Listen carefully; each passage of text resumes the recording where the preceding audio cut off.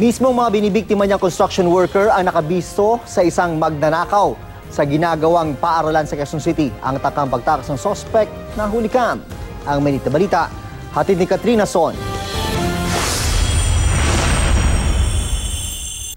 Sa kuha ng CCTV, pasado alas 2 ng madaling araw, naglalakad ang lalaki ito sa Road 2 Corner Alley 16, Barangay Bagong Pag-asa sa Quezon City. Maya-maya pa, lumapit siya sa isang ginagawang paaralan na may takip na lona. Tila may pinulot at agad itong itinago. Naglakad palayo ang lalaki at nagkunwaring umiihi sa pader. Nang makatsyempo, muling bumalik, nagalis ng tsinelas at bag at pilit na sumuot sa butas sa lona. Maya-maya, nagmamadali itong lumabas ng lona, dala ang tsinelas at bag saka kumaripas ng takbo.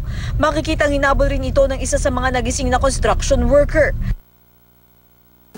Kwento ni Mark Anthony Fuliante na isa sa mga trabahador sa ginagawang paaralan.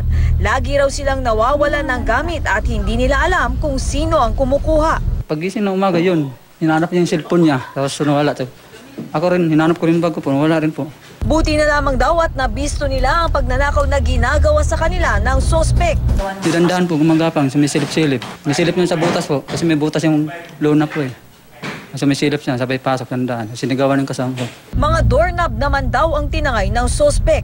Sabi ng opisyal ng barangay, sunod-sunod ang nakawan sa kanilang lugar.